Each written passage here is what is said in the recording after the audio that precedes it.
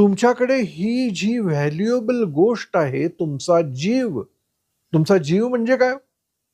तुमचा जीव म्हणजे तुमची जिवंत असण्याची जाणीव. जिवंत असण्याच्या जाणीवेनंच कळतं ना आपल्याला, की आपण जिवंत आहोत. मग आता मी काय सांगतोय लक्षात घ्या. तुम्ही जर डोळे झाकून शांत बसलात आणि ही गोष्ट जी तुम्हाला जिवंत ठेवते आहे, या गोष्टीवर जर ध्यान दिलत,